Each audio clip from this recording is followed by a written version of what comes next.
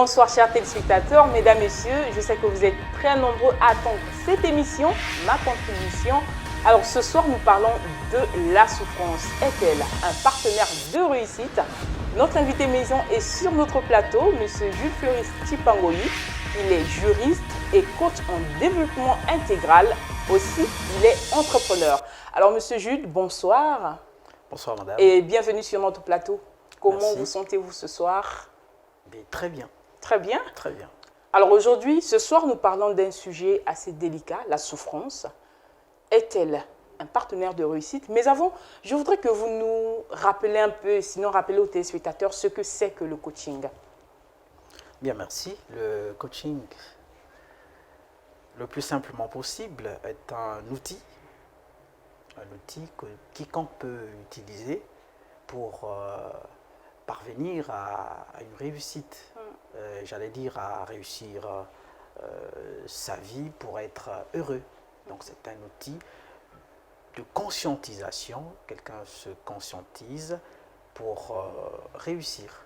Voilà, le plus simplement possible. Alors tout à l'heure, j'ai dit que vous êtes coach en développement intégral et non coach sportif.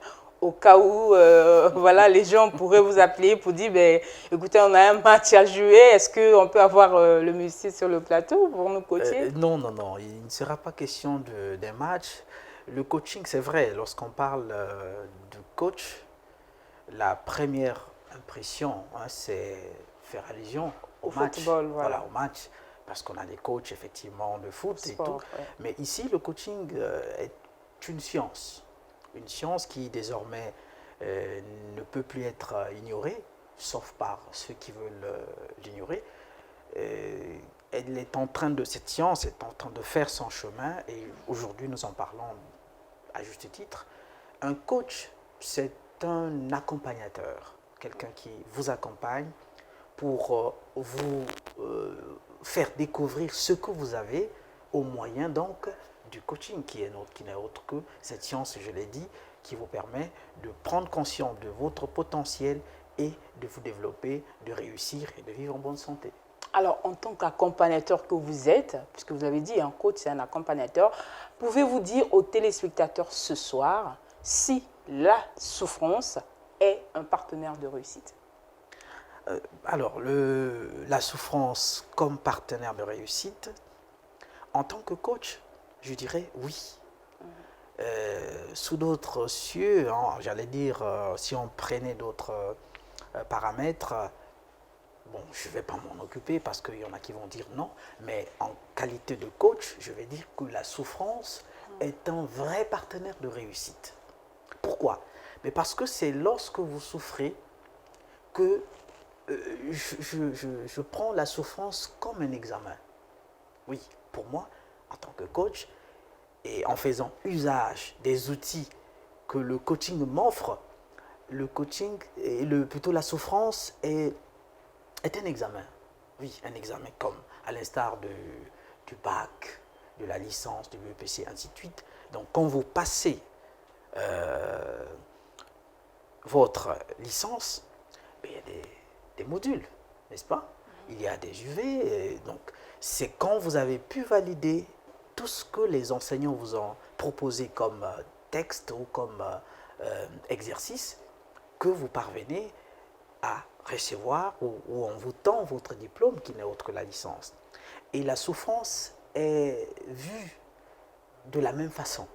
C'est lorsque quelqu'un souffre qu'il est obligé de réfléchir. Comment sortir de cette souffrance? Comment parvenir à être heureux? Parce qu'on souffre, mais on n'est pas heureux. Et donc, chemin faisant, lorsque vous souffrez, vous êtes emmené à réfléchir autrement pour sortir de cette, que je vais appeler une sorte d'impasse. Donc, la souffrance, à ce moment-là, est considérée comme un partenaire de réussite. Ce n'est pas un partenaire d'échec. Mais que dire des personnes qui souffrent et qui refusent parfois de voir, de croire à un avenir meilleur et qui se donnent... Il y a d'autres qui se suicident. Vous savez que la souffrance engendre parfois le suicide. Que pouvez-vous dire à propos? Bon, écoutez, le suicide est une maladie. C'est pour dire que voilà, la personne qui souffre n'est pas forcément ou toujours apte à réfléchir, sinon à pousser loin sa réflexion pour savoir que bon, voilà, il peut avoir un plan B, un plan C par rapport à la situation que je suis en train de vivre. C'est même la raison d'être du coaching ou du coach. Quelqu'un qui souffre s'ignore. En fait, si vous souffrez, je mets vous entre tous les téléspectateurs, ceux qui souffrent, c'est parce qu'ils s'ignorent. Ils s'ignorent. Mais logiquement, quelqu'un qui se connaît, qui sait ce qu'il est, ne peut pas souffrir. Donc la souffrance... Comment bien sûr. Comment quelqu'un qui se connaît ne peut pas souffrir? Je vais prendre le cas, puisque nous sommes dans une ville ou dans un pays laïque, je prends le cas de la femme à la perte de sang, qui est citée dans les Saintes Écritures, dans la Bible. Elle a souffert pendant 12 ans, si j'ai bonne mémoire. Elle a souffert pendant 12 ans de la perte de sang. Mais le jour où elle s'est rendue compte qu'il y avait l'occasion de sortir de cette souffrance, elle a saisi l'occasion.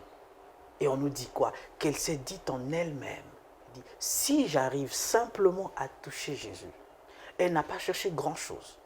Elle a dit, si j'arrive juste à toucher Jésus, alors ça sera terminé, cette affaire qui n'a que trop duré. La souffrance est un acte salutaire. Il faut bien que vous souffriez pour que vous réfléchissiez sur comment sortir de la souffrance. Je vais prendre un autre exemple. Allez-y. On en parle souvent de Samson. Samson, qui s'est fait torturer par les Philistins et autres. Mais jusque-là, il se disait c'était fini. Mais après, il s'est rendu compte que finalement, la souffrance, il en avait marre. Et il a pris la décision, dit j'en ai marre, cette souffrance, il faut qu'elle s'arrête. Et il a décidé, il en a fait l'affaire. Donc la souffrance, pour revenir à votre question, la souffrance ne peut être considérée que dans l'angle un angle salutaire, comme je l'ai dit. Quelqu'un qui n'a pas de travail, qui va se lamenter à la maison, j'ai pas de travail, j'ai pas de boulot, j'ai pas d'argent, mais il ne fait que s'enfoncer, vous savez. Parce qu'à force de regretter, à force de se plaindre, il n'y aura rien. Il faut bien que la personne prenne conscience que la situation dans laquelle elle vit n'est pas normale, elle est anormale. Et à ce moment-là, il y a un cri, il y a un dégoût de la situation. Il y a une sorte de force intérieure qu'il faudra utiliser, sinon exploiter, pour que cette souffrance s'arrête, pour que le manque d'emploi s'arrête, pour que tout ce que nous pouvons nommer comme mots qui minent la société s'arrête. Et c'est ça, la souffrance comme étant salutaire.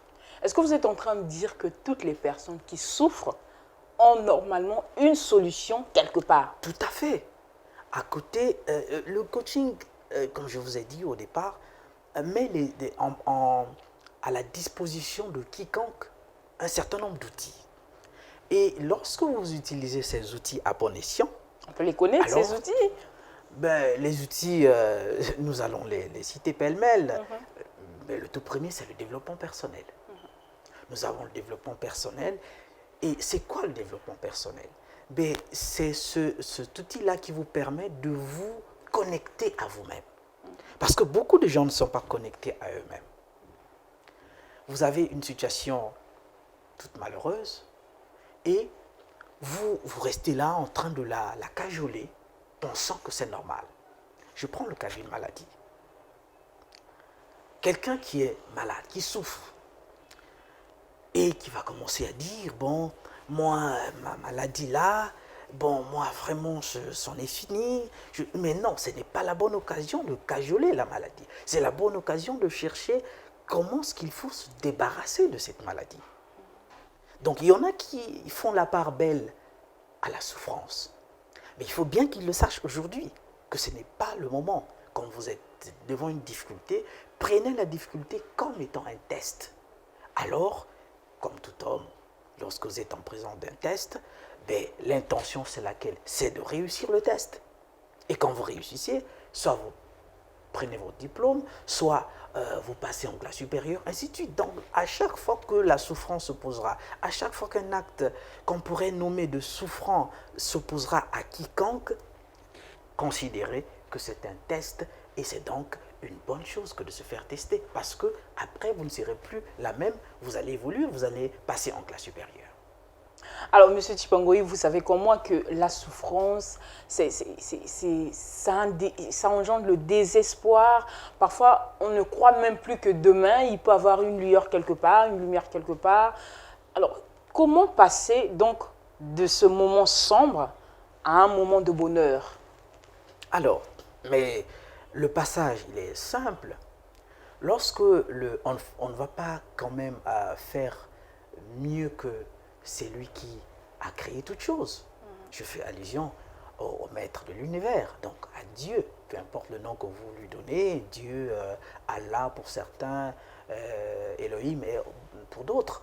Alors, lui, lorsqu'il s'est rendu compte, c'est un constat qu'il a fait, et là, c'est sûr que vous le savez, lorsqu'il a mené son étude sur la souffrance, vous savez, Dieu n'a oublié personne. Dieu n'a envoyé la souffrance pour personne.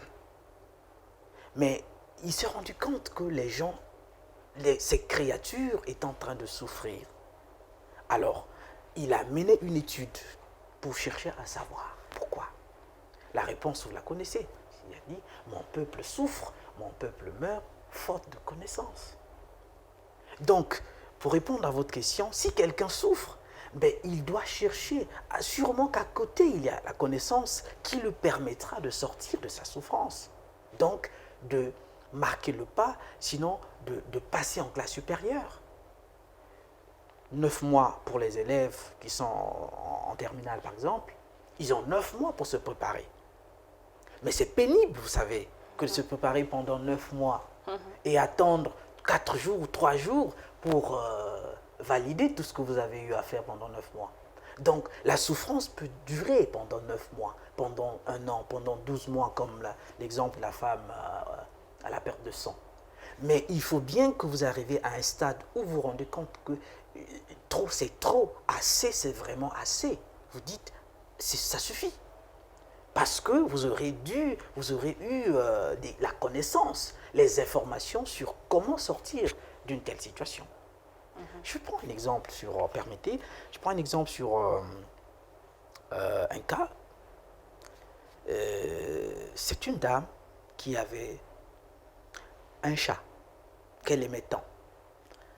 Et les voisins, c'est une histoire que vous allez trouver dans beaucoup de livres, et c'est un grand homme de Dieu qui en a parlé également dans des livres religieux. Et donc la femme a perdu son chat parce que le voisin l'avait égorgé. Alors, quand elle arrive, elle se rend compte que son chat avait été égorgé et le sang gilait.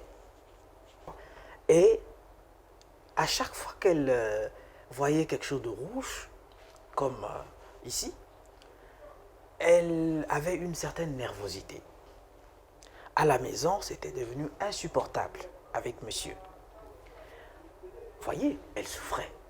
Elle était devenue malade, elle souffrait de la nervosité. Et son époux a cherché par voies et moyens, à chercher à savoir mais pourquoi est-ce que désormais mon épouse ne peut plus se contrôler. Alors, la souffrance les a emmenés à passer cet examen. Donc la souffrance est en train de demander que c'était un examen qu'il devait passer. Et heureusement que le monsieur avait su que c'était un examen. Parce que son épouse devait sortir de cette souffrance-là. Et finalement, ils vont voir un homme de Dieu, que moi j'appellerais coach. Parce que ce qu'il a fait, c'est aussi du coaching. Et je vous dis que le coaching, ce n'est pas forcément... Beaucoup d'hommes de Dieu font du coaching. Beaucoup de serviteurs de Dieu font du coaching. D'ailleurs, le premier coach qui ait jamais existé, c'est le Seigneur Jésus-Christ. Ah oui, c'était un coach, un grand coach. Parce que ce qu'il a fait, c'est exactement du coaching. De toute façon, le meilleur livre du coaching, c'est la Bible. Vous trouvez du coaching de A à Z, de la Genèse à l'Apocalypse. Alors, ils vont donc voir un serviteur de Dieu. Celui-là avait la capacité donc d'avoir des visions pour savoir comment est-ce que la situation était arrivée. Et donc, il va avoir une vision en faveur de la dame, que le prophète va voir que la dame avait perdu son chat et que le sang qui avait giglé ce jour-là avait créé une blessure au-dedans d'elle, dans son inconscient, et que désormais, lorsqu'elle voit le rouge partout, cela active comme quelque chose qui, donc la nervosité. Alors, la solution, c'était laquelle? Le serviteur de Dieu leur a demandé de repartir à la maison. Et ils sont allés, je pense, les deux, ou tous étaient allés à la maison. Il a constaté que dans la maison, il y avait les fauteuils de couleur rouge, comme ici. Alors, il va dire au monsieur de changer les fauteuils, de changer les meubles, d'enlever tout ce qui est rouge dans la maison. Et lorsqu'il a fait cet exercice, la femme n'était plus nerveuse. Voilà la souffrance que la femme a endurée, et elle a traversé une zone de turbulence, et au moyen du coaching, elle a trouvé solution tout de suite. Ils ne sont pas allés consulter un psychiatre ou je ne sais qui. Non. La solution était dans la connaissance de la raison qui conduisait, qui avait poussé à la femme de devenir nerveuse. Vous voyez, c'est tout simple. La solution, elle est toute simple. Il fallait simplement enlever les meubles, changer les meubles, et cette fois-ci, d'une autre couleur. Et c'est ce que le coaching, en fait, les outils du coaching ne servent qu'à cela, qu'à ce genre de solution. Vous avez une situation, vous avez une solution à côté. Vous avez un problème, la solution traîne toujours à côté. Mais il suffit d'avoir connaissance, de découvrir au moyen de la connaissance quelle est la solution qu'il vous faut pour traverser cette situation. Donc, voilà, en tant que coach, c'est une solution à un problème. Donc, la solution ne correspond pas forcément à tous les problèmes. Non, chaque problème a une solution. Je veux dire, est-ce que vous avez une technique en tant qu'accompagnateur, je reviens sur votre mot, en tant qu'accompagnateur pour dire que voilà, cette solution, elle est standard, elle est fondamentale, elle est principale. Moi, si je peux parler en termes de médicaments, je l'administre à mes patients chaque fois. Ou alors, c'est comme ça, une inspiration, vous pensez que ça peut se régler comme ceci, comment vous faites? Bien, le coaching, ce n'est pas de la magie. Le coaching, ce n'est pas quelque chose d'imaginaire. Vous voyez, dans l'exemple que je viens de vous citer, on n'a pas cherché à faire comme on voit les gris-gris, non. Mais il suffisait de croire en ce que l'homme de Dieu, le coach, avait dit, que d'enlever les fauteuils de couleur rouge et de changer. Le coach, quand il arrive, il écoute. Le coach, c'est quelqu'un qui écoute attentivement. Il vous laisse le temps de parler. Et dans tout ce que vous allez dire, il va ressortir quelque chose qu'il va vous retourner, qui pourra être bénéfique pour vous. Je reviens dans la Bible. Je ne suis pas pasteur, mais dans la Bible, parce que je vous ai cité que la Bible, c'est l'un des meilleurs livres de coaching. Oui. Vous voyez, on nous cite, on nous parle de Christ qui se retrouve en face d'une femme au puits. Alors, le coach, donc le Seigneur Jésus-Christ, en sa qualité de coach, qu'est-ce qu'il va faire? Il va commencer à interviewer la femme, lui poser des questions. Mais c'est par rapport aux réponses que la femme lui donnait que le Seigneur était en train de traiter son problème. Jusqu'à ce qu'à la fin, elle a couru seule pour dire « Venez voir, c'est lui qui a trouvé la solution à mon problème. » Donc, c'est ça le coaching. Au moyen de l'échange que vous avez avec le coach, parce qu'il a appris, parce que le coach n'est pas un féticheur. Non, il vous écoute. De toute façon, c'est ce que font les féticheurs, vous savez. Les diseurs de bonne aventure. Ils écoutent attentivement ce que, je mets entre guillemets, les patients viennent leur dire. Et c'est chemin faisant qu'ils vont trouver une solution que l'on pourra requalifier, que l'on pourra appeler après de solution miracle. Mais non, il n'en a trouvé que dans votre raisonnement. Il va vous dire, est-ce que, je ne le fais pas, mais c'est ce qu'on écoute souvent, et ça même dans les églises, quand vous arrivez, bon, on va vous dire, vous êtes malade, vous souffrez de quoi? J'ai mal au cœur, d'accord. Mais on dirait que vous regrettez, hein? Vous regrettez beaucoup, n'est-ce pas? Mais est-ce que vous connaissez quelqu'un qui ne regrette pas? C'est un piège que tout de suite vous tombez là-dedans vous-même. On dirait que vous regrettez beaucoup, hein? Parce que vous avez dû perdre un être cher. Il y a quelqu'un au monde qui n'a jamais perdu un être cher. Et vous dites, oui, il y a longtemps que j'ai... C'est vrai que depuis qu'il est décédé, bon, c'était quelqu'un qui comptait sur moi, mais j'ai regretté. Oui, il va vous dire, c'est à cause de ça. C'est vous qui lui avez fait dire tout ça. Alors, une question me vient à l'esprit. Oui. Est-ce qu'avoir une oreille attentive caractérise déjà un coach? Oui et non. Oui et Sinon, je dis non, parce que l'exemple que je viens de citer de quelqu'un qui serait, qu'on appellerait un guérisseur, qui trouverait une solution miracle au moyen du questionnement, sinon on l'appellerait coach. Mais un coach, c'est quelqu'un plutôt, donc là c'est dans le sens du oui, non, dans le sens du non, c'est quelqu'un qui a appris à utiliser des outils scientifiquement prouvés. Scientifiquement prouvé, je prends le cas de la reprogrammation. Quelqu'un qui a vécu dans un milieu où on lui a toujours dit qu'il ne peut pas réussir, il ne pourra jamais réussir. Vous voyez, jamais. Et ce mot, quand il va dans votre subconscient, il trouve un fauteuil, il s'assoit. Alors, croyez-moi, le jour où on viendra vous dire que la réussite est à la portée de tout le monde, vous allez dire jamais.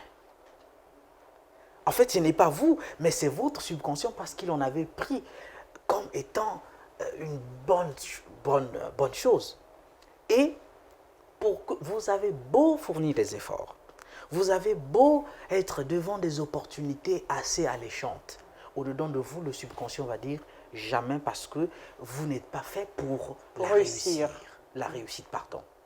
Alors, le coaching met en place un mécanisme qu'on appelle la reprogrammation. On va parler de la reprogrammation neurolinguistique, par exemple, donc au moyen de la parole. Vous voyez? Et là, on revient toujours dans la Bible. Je n'ai pas eu tort de vous dire que la Bible est un outil, est un livre de développement personnel. Et donc, on va faire usage de la parole. Parce que ce que vous avez écouté, c'est quelqu'un qui avait prononcé.